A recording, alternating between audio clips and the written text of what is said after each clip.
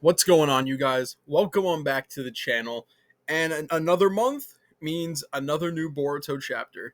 Now, as we know, I got spoiled on this chapter like pretty early in the month. So I figured why don't we just I already read the chapter, so I figured we just go through it and pretty much go through like the big things and really craft some theories of what's going to happen. And honestly, like a lot of the things I saw, it kind of reinforces a lot of old theories that I had. So, going into the chapter, we see that Shikamaru and Boruto are still continuing their conversation after we had just gotten the big fight with um Boruto and Mitsuki last chapter. So Boruto has escaped from there. We had Kawaki and Ada talking like about Boruto. It was kind of that part I didn't really like too much. But what I liked most is the stuff we got with Boruto and Shikamaru. Shikamaru, as I said before, is playing with fire. He's playing both sides, and he's gonna get burned at some point. Because he patches Kawaki in while he's still talking to Boruto. And as he ends communication with Boruto, as Kawaki is about to arrive at Boruto's location, that's when Boruto dips out of there, and Kawaki realizes that he wasn't perceived by Boruto. He already left before he had even got there. So he's starting to suspect. I think he's starting to suspect Shikamaru, and this is what I was concerned about for Shikamaru. The more Shikamaru plays both sides in this whole situation, the greater chance he has to get burned. And I hate to say it, man, but the Nara legacy is going to continue. Shikamaru is going to die at some point. It's just a matter of when and how he goes out. I think he's going to play the role of a more hero role to Boruto and kind of save him, but it's not looking good for him. It's really not looking good for Shikamaru. So we have that. We have Boruto leaving the village. Boruto just outright leaves the village. So I don't know. I actually don't know where he went. He might have just dipped out because he's like, I'm not ready to fight anymore. I gotta get out, restore my chakra. But what one thing I really liked about this chapter was we had a long interaction between Mitsuki and Ada, and Mitsuki thanking Ada essentially for being able to understand the emotion of love.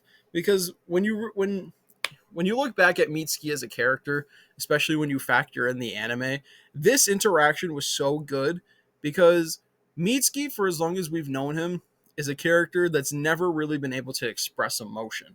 So he's thanking Ada in this moment because this is the first time he's ever been able to experience love. And he thought because he was an experiment, he thought he was never going to be able to experience something like that. So even though he knows that he doesn't actually love Ada, he is thankful for her for being able to actually feel it. I thought that was really cool too. Because it makes Ada more of a hero role as opposed to an antagonist.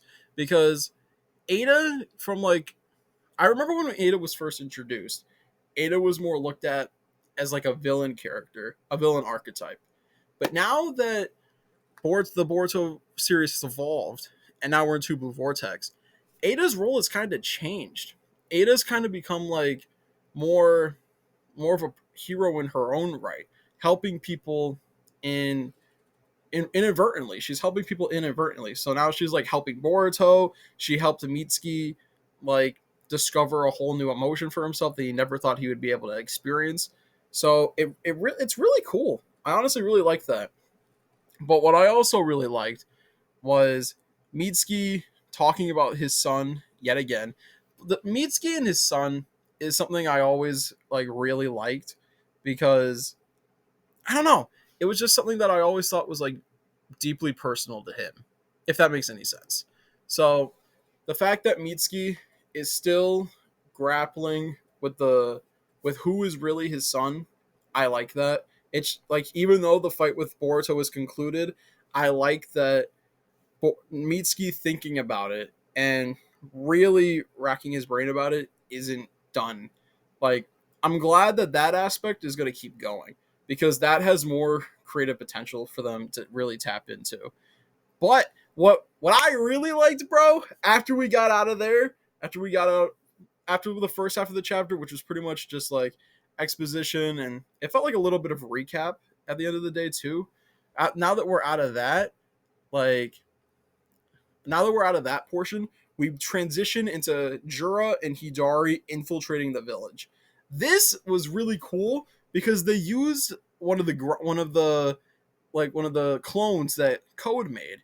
I thought that was really cool because I didn't like I knew I knew Code could like teleport through them, but I didn't know that manifestations of the Ten Tails could do that. So that was cool. But then like they infiltrate, and we got one of the hardest shots in probably all of Boruto, where like Jura just kills all of the Leaf Ninja that were on standby at the center of the village, and he just like runs them through with spikes. Like that was raw as fuck, man. That was so fucking raw. I loved that. So I was like, shit, they really went with that. I don't know how Puriat's gonna do it, man. Whenever they get to this, it's gonna be hard. But I like this too because like now that Jura and Hidari are there, they're tracking Naruto. So they get to a bookshop, and like it looks like he's gonna like try learning more about the Leaf Village, but then he's attacked by Kawaki. And like Kawaki, I feel bad for Kawaki because he's been getting kind of worked like in these last couple chapters, but I think there's a reason for it. Hear me out. I think there's a reason why Kawaki's getting worked. Kawaki is essentially beginning stages of Shippuden Naruto, where like in Shippuden Naruto wasn't as strong as he gets later on. Because you got to remember, in the flash forward for Boruto, Kawaki stands above the rest with no other villains in sight. It's just him and Boruto, and they're about to fight each other. So while Kawaki is getting worked now, I think Kawaki's getting his get back at some point. It's just a matter of when he's going to get that for himself. So we had that take place, and then after Jura kind of dispatches of Kawaki pretty quickly, like he realizes that he's still tracking Naruto in the village. He's like, "Where is Naruto?" Then we got everybody like thinking like because like everybody's detecting Sasuke's chakra signature, and they're like, "Where is this coming from?" So everybody's running to that location, thinking they're gonna run into Sasuke, and boom, Jura and Hidari pull up on Shikamaru, Inojin, like Choji's daughter, I forget her name. Chocho. They pull up on Chocho too, and Himawari. And Jura's like, wait a minute, where am I sensing Naruto's chakra?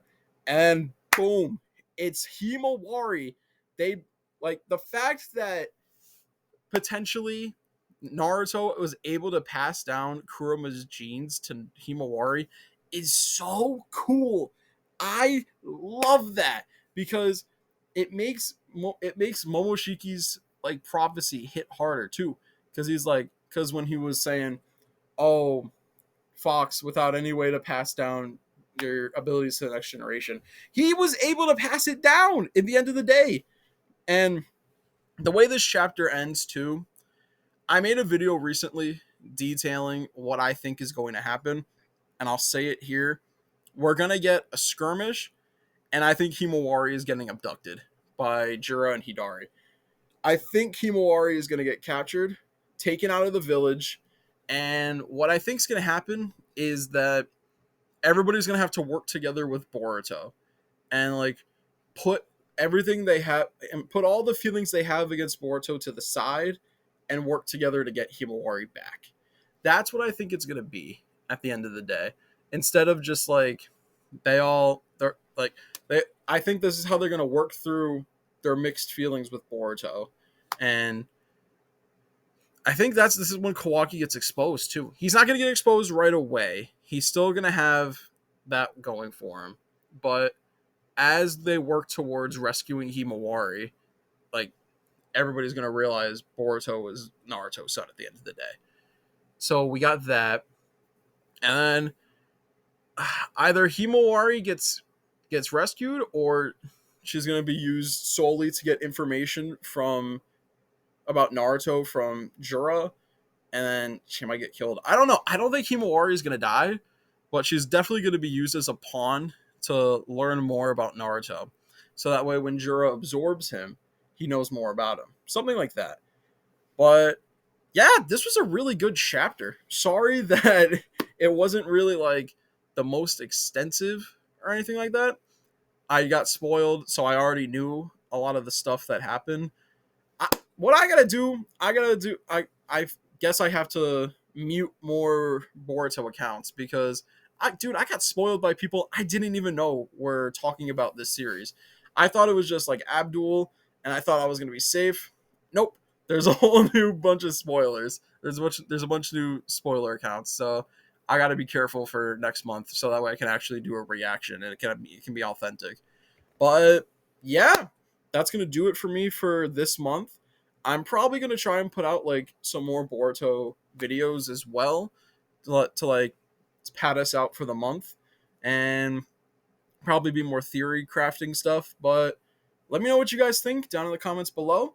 Like, comment, subscribe, and as always, I'm gonna talk to you guys next time. All right, bye.